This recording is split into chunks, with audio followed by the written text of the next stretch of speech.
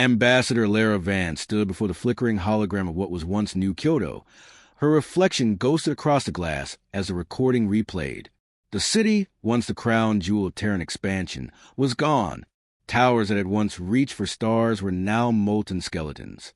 The oceans burned red beneath a black sky. The last transmission was from her brother, Commander Jalen Vance. His voice, distorted and calm even as alarms wailed behind him, filled the silent chamber. Ilara, they came without warning. No insignia, no demand, just fire. If anyone hears this, tell them we stood. The recording ended with a burst of light. The console dimmed. Ilara exhaled slowly. The only sound in the briefing room of the Terran, Accord's central station orbiting Earth. She had replayed that final message too many times to count, but this time it felt colder, emptier. Admiral Chin stood at her side, hands clasped behind his back, eyes hard. The Ziran Empire claims it was a targeting error, he said. A patrol ship misfired. They called it an unfortunate miscalculation. Her jaw tensed. 2 million dead. A miscalculation. Chin nodded grimly. They've offered compensation. Supplies, resources, diplomatic apologies. Ilara turned to face him. Apologies don't rebuild cities, and they don't bring back the dead. He sighed. The Council doesn't want a war. Ilara, we're not ready. Not against an empire that's been conquering for 10,000 years. I know. Her voice was steady, but the temperature in her chest dropped. That's why we'll go to them. Chin frowned. You mean Veilthar? Their capital? Yes. If the Empire wants to label this an accident, let them look us in the eye while doing it. He studied her in silence for a moment. The galaxy knew Ilara Vance as a quiet diplomat, the one who negotiated peace where others found only blood. But the woman before him had something different in her eyes, resolve carved from grief. You'll have full authorization, he said finally. But understand this. If this goes wrong, there won't be a second chance. Ilara's gaze returned to the ruined world hovering before her. The hologram shimmered, fragments of light collapsing into nothing. They already had their first chance, she said. The transport to Veilthar left 3 days later. Ilara spent the journey reviewing the Empire's messages, each one colder than the last. The Zirans were efficient conquerors, not monsters. They didn't hate humanity. They simply didn't care. To them, a human colony was a grain of sand on the galactic shore. She studied every cultural nuance she could find. The Empire revered strength. Mercy was weakness. Emotion undignified.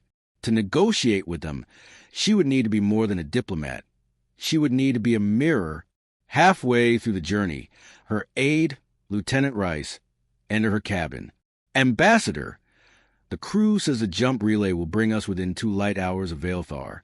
You might want to rest before we enter their system. Ilara didn't look up from the data feed.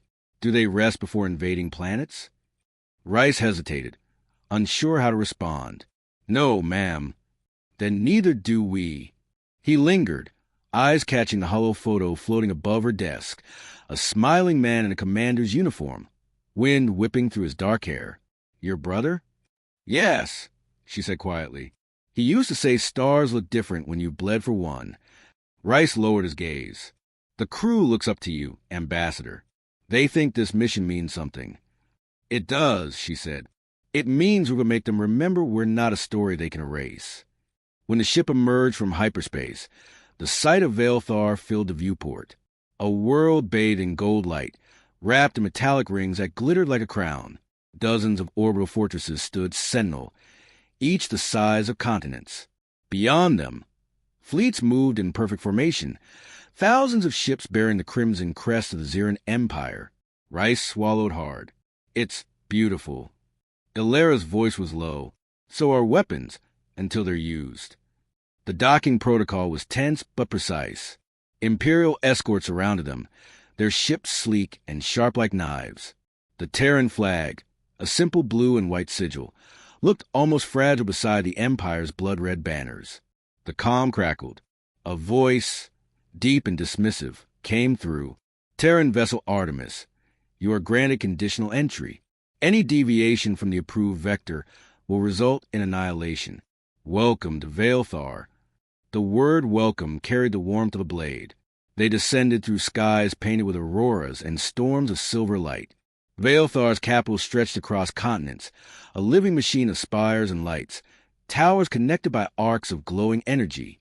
The Terran envoy ship Solace drifted toward the Xeran capital world, its silver hull gleaming against the dark. Beyond the viewport, the planet Veilthar unfurled like a living tapestry of metal and light. Towers miles high, each one crowned with golden beacons that pulsed in perfect rhythm with the planet's rotation. From orbit, it looked less like a city and more like a monument to vanity. Ambassador Alara Vance watched silently as the shuttle descended through the upper atmosphere. The Empire's capital wasn't built to welcome. It was built to intimidate.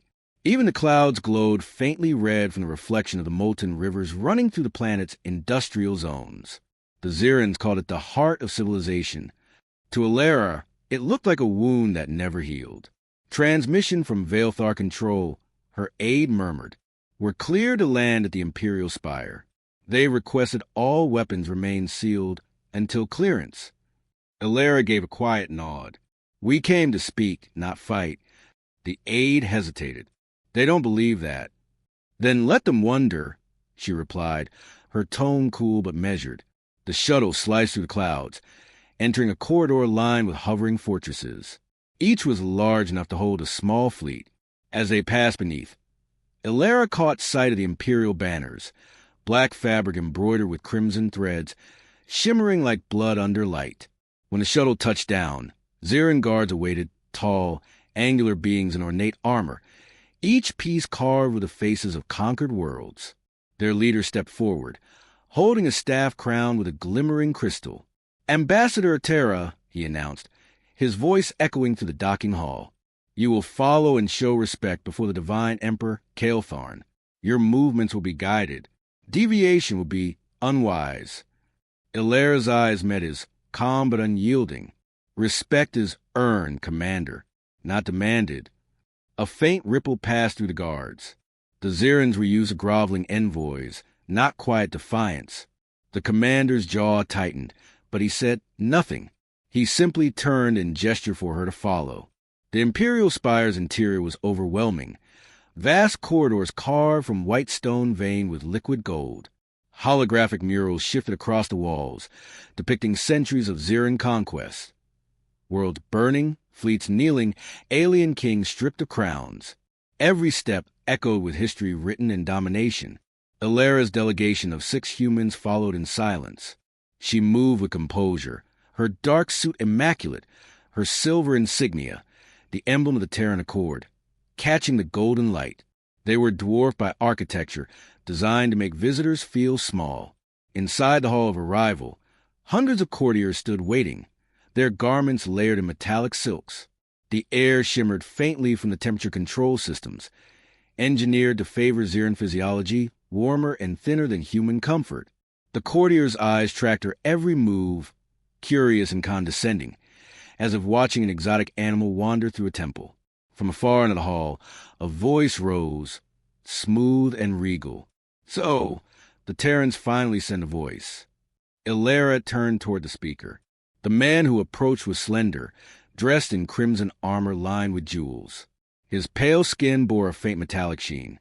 This was Minister Vorin, Imperial Liaison of Foreign Affairs, known for his arrogance as much as his cunning. He offered a shallow bow, a mockery of courtesy. Welcome to Veilthar, Ambassador. I trust the journey wasn't too taxing for your species.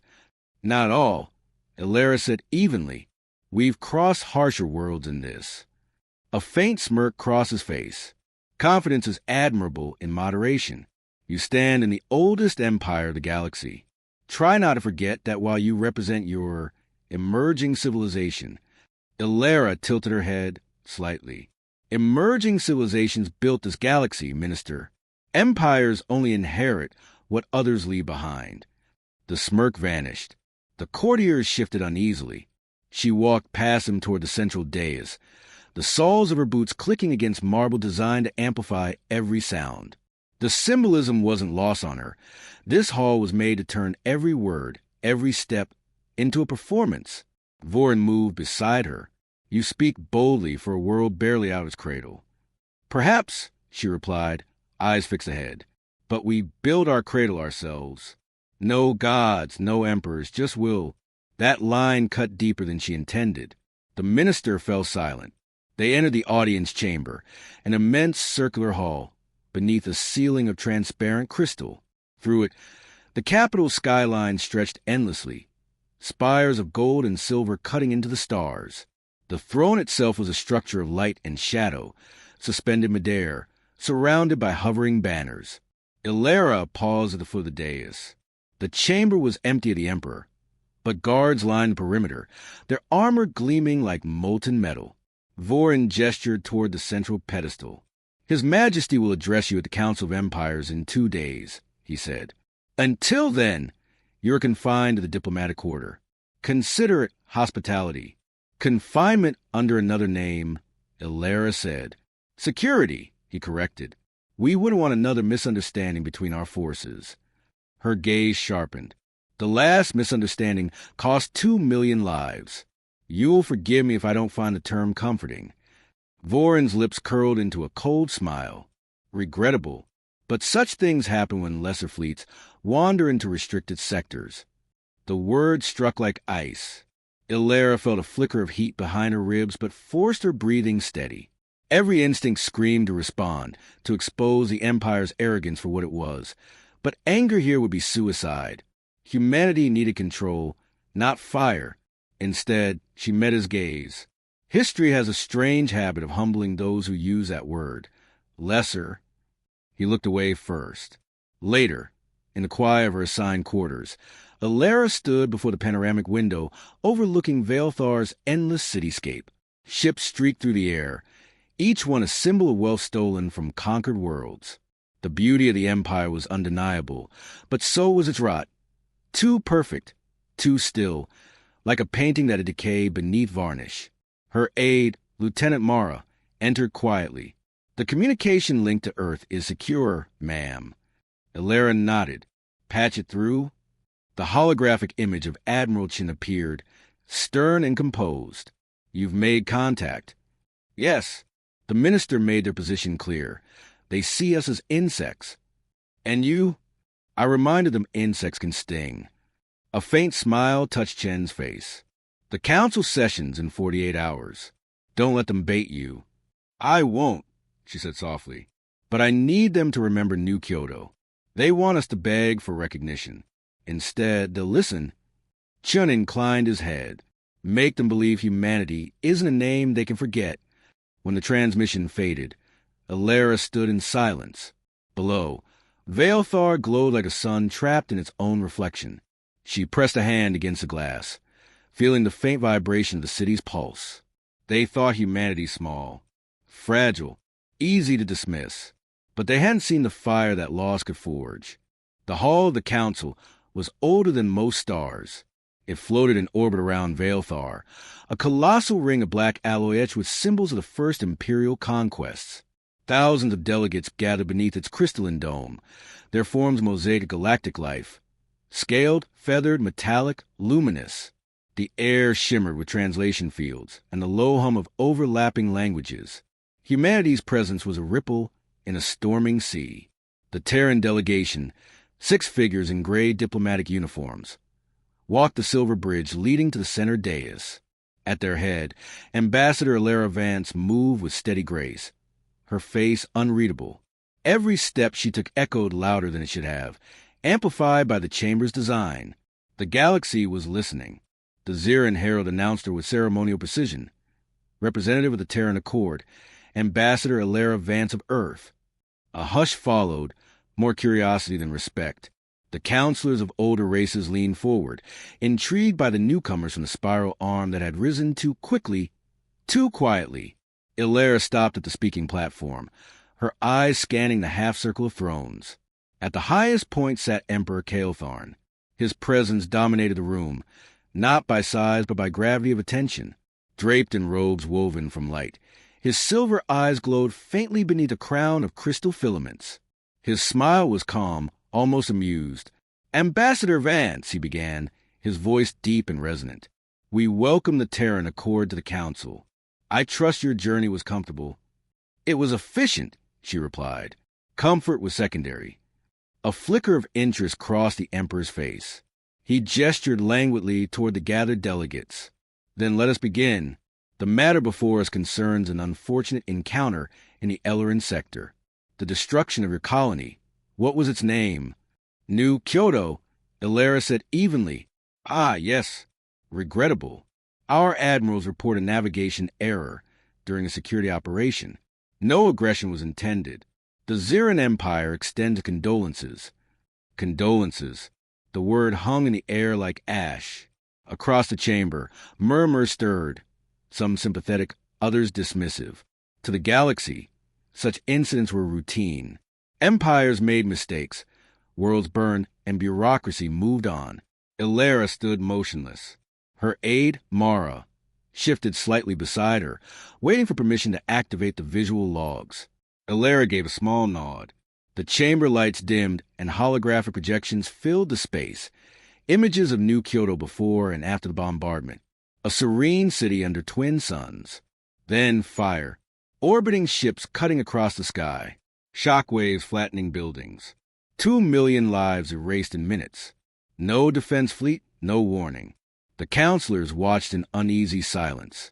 The Ziran admirals avoided her gaze. When the projection ended, Ilera deactivated the display and stepped forward. The Empire calls this an error, she said, her voice clear but controlled. Our data shows precision targeting, not a malfunction. Your ships fired on population centers, not military installations. No warnings, no demands.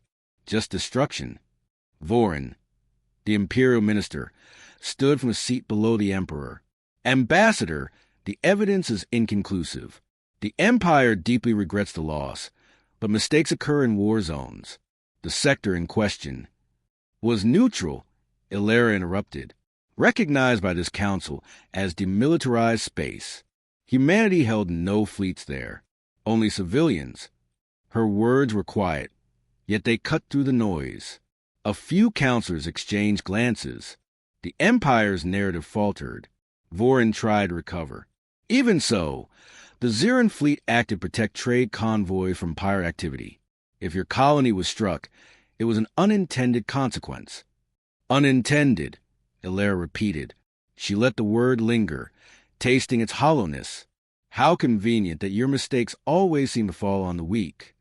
The Emperor's calm gaze shifted toward her. Ambassador, I understand your grief, but I urge you to keep perspective. The galaxy is vast.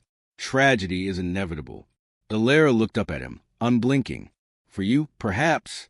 For us, every life matters. A ripple of discomfort spread through the chamber. Even those accustomed to Ziran arrogance seemed uneasy with the Emperor's detachment. The Empire's strength was legendary, but its compassion was non-existent.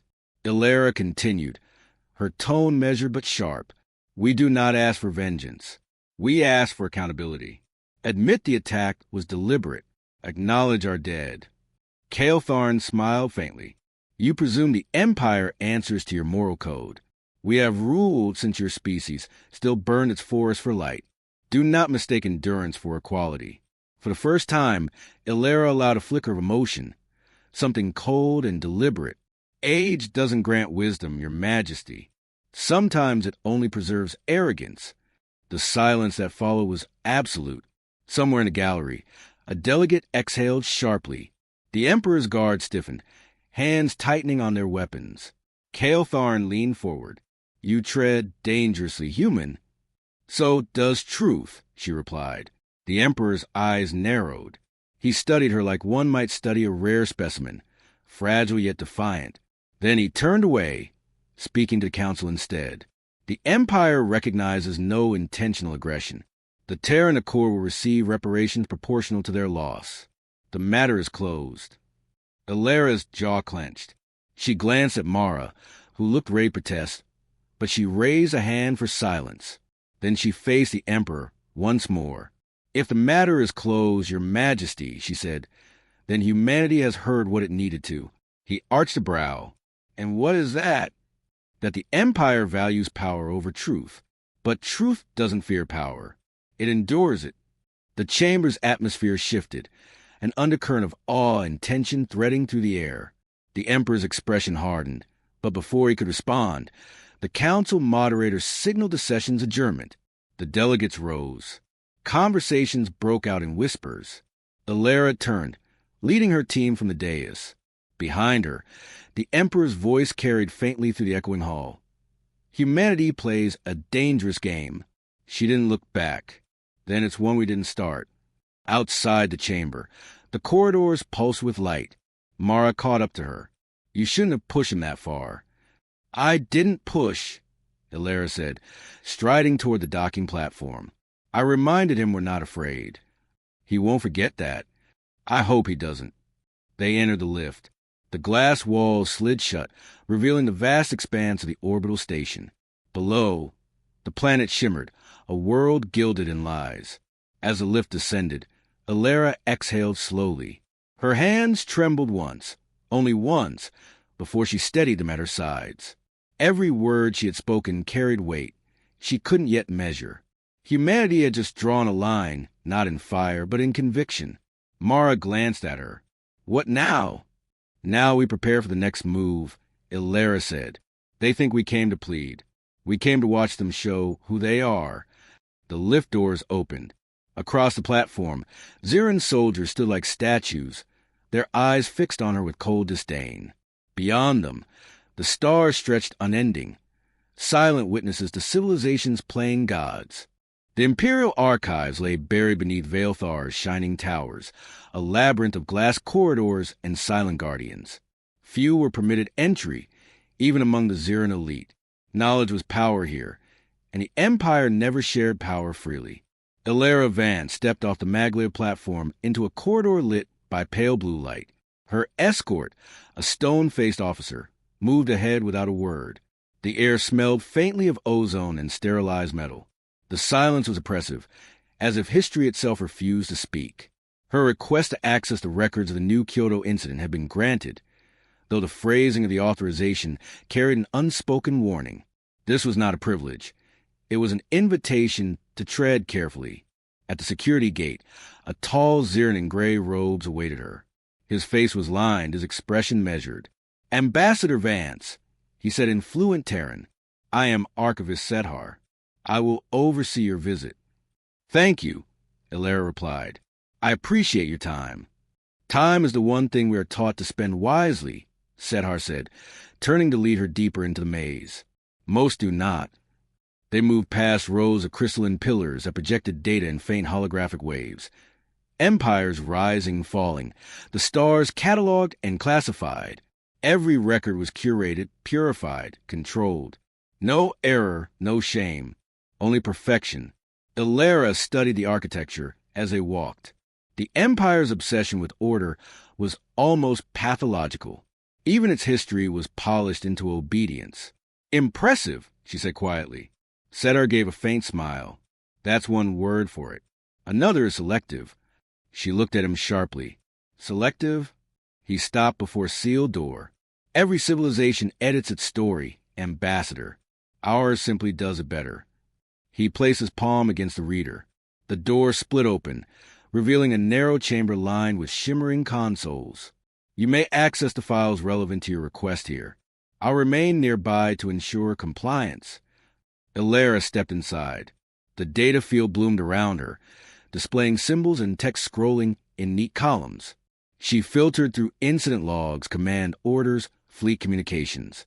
Most were heavily redacted. Lines of text ended abruptly in black voids.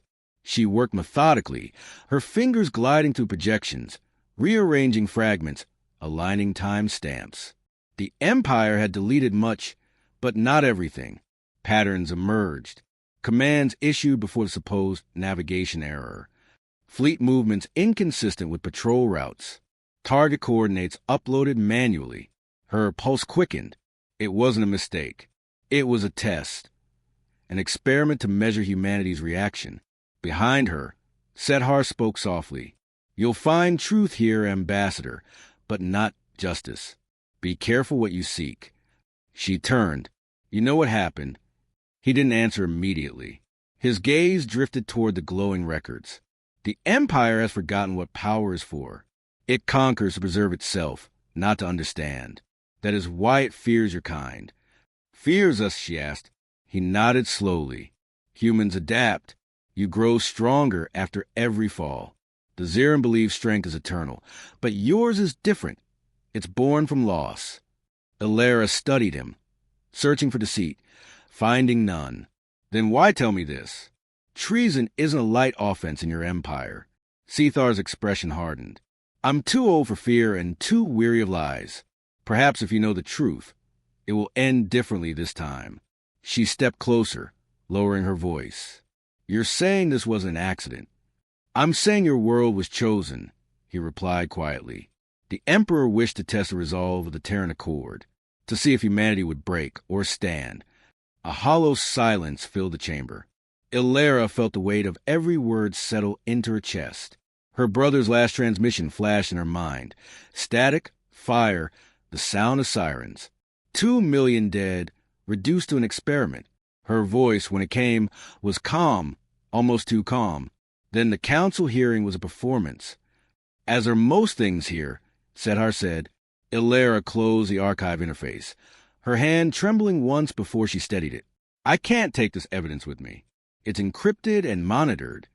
Not all records are digital, Sethar said, retrieving a small data crystal from within his robe. This contains fragments, enough to prove what you need. Hide it well.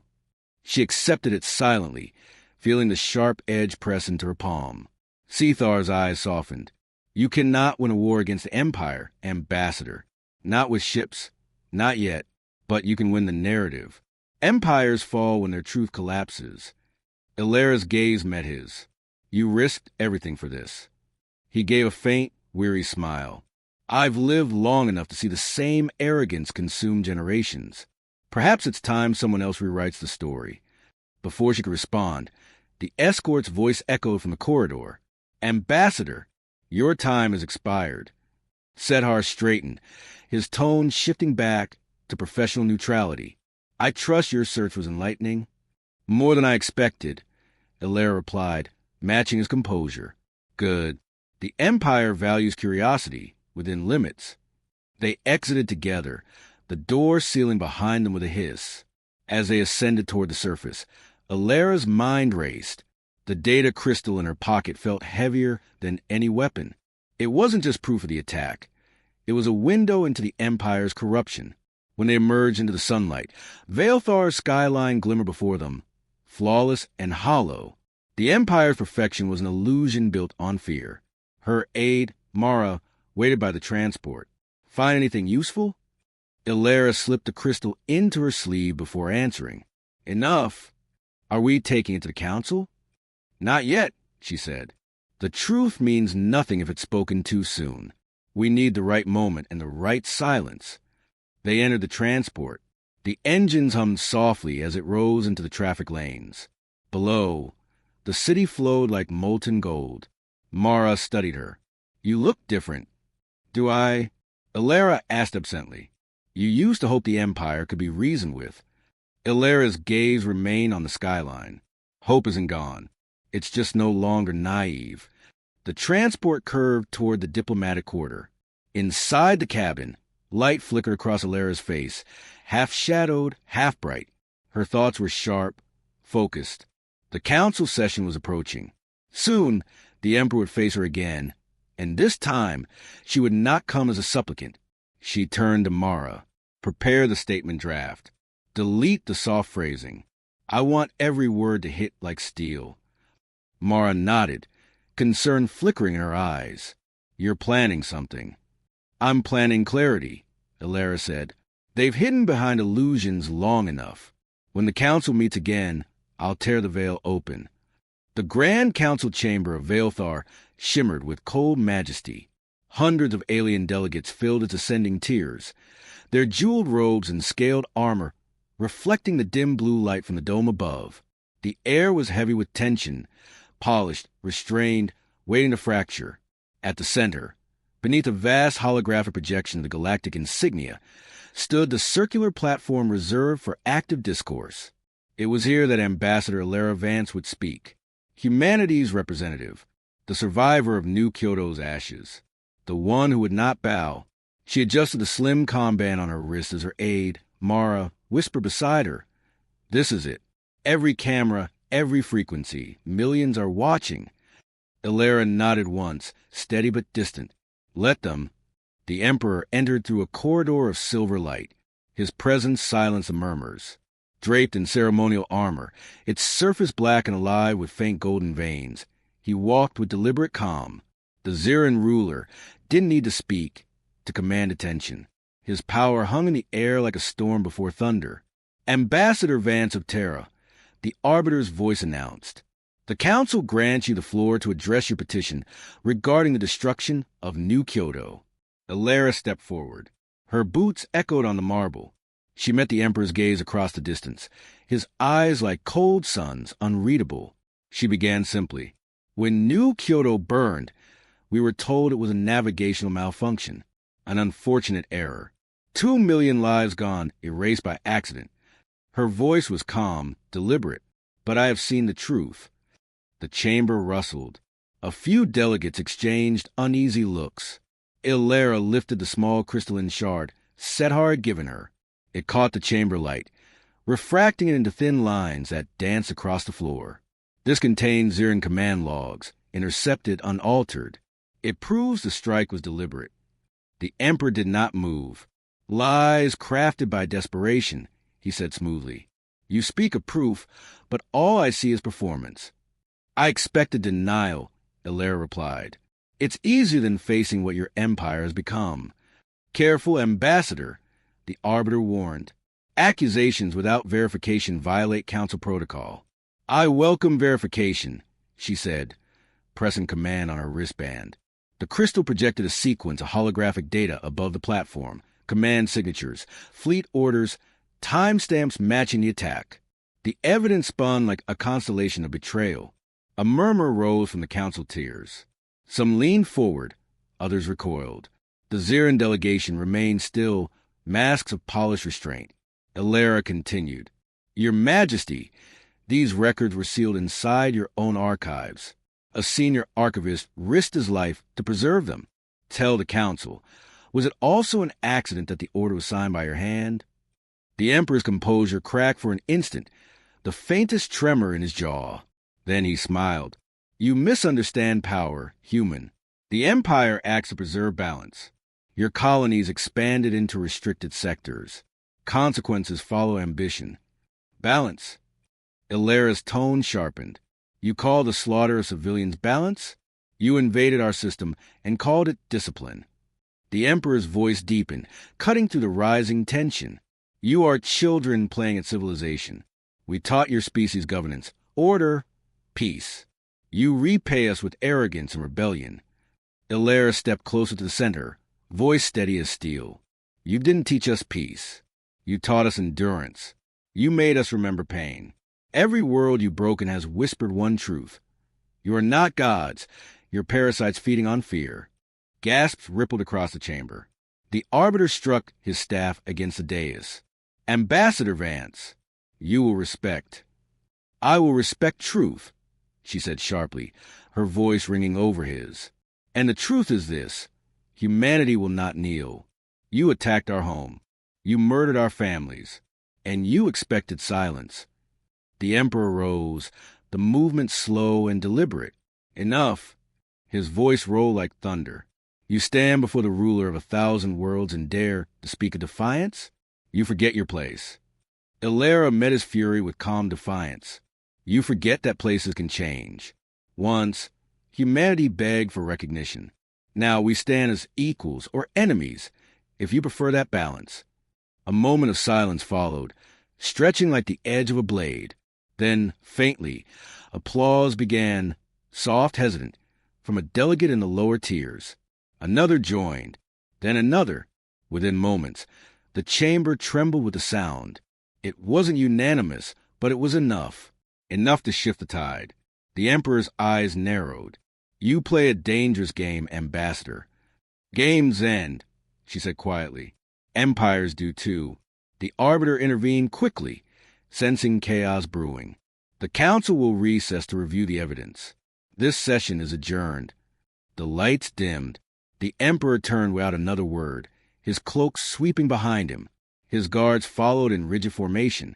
As he vanished into the corridor, the silence he left behind felt heavier than any threat.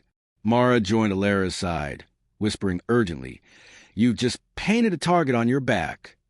Alera exhaled slowly, her pulse steady despite the adrenaline racing beneath her skin. "Then they'll know where to aim." They exited through a narrow passage, avoiding the press of reporters and drones swarming the main exit. The hallway's shadows swallowed their footsteps. "What now?" Mara asked. "Now," Alera said, "we prepare for what comes after truth." They reached the waiting transport. As the doors closed, Mara turned to her, eyes sharp. "Do you think they'll believe the data?" "They already do," Alera said. "Belief isn't the problem. Fear is." Outside the viewport, Veilthar's skyline glowed beneath the twin moons. The towers that once inspired on now seemed brittle, fragile under the weight of truth. In the quiet, Mara spoke again. "What if the Empire retaliates before the Council rules?" "They will," Alera said, almost absently, "because that's what tyrants do when cornered. But every action will expose them further. Every lie they tell will echo louder." Mara hesitated. "And if we lose?" Alera turned to face her, eyes resolute. "Then humanity learns, adapts, endures. That's our weapon, the one thing they can't understand." The transport banked toward the diplomatic district. Below, crowds gathered around massive screens replaying her words from the council chamber. The phrase repeated across the feeds, chanted like a battle cry. "You attacked our home." It spread like wildfire across systems, colonies, outposts. Humanity's message was no longer diplomatic. It was defiant. Mara watched the glow of the screens below. "You changed everything today." Alera shook her head. "No, the Empire did when they made us victims. I just reminded them we're not." The comm unit blinked. A transmission from the Terran Accord flagship, Resolute Dawn. Admiral Rhea's voice came through, firm and low. "Ambassador, the council proceedings are all over the networks. You've stirred something out here. The fleets are on alert." "Hold position, Admiral," Alera said. "No movement until the council responds. If they choose diplomacy, we give them that chance. And if they don't..." Her eyes drifted toward the distant stars. "Then the Empire will learn what happens when humanity stops asking for peace." The channel closed. Silence filled the cabin again, deep and final.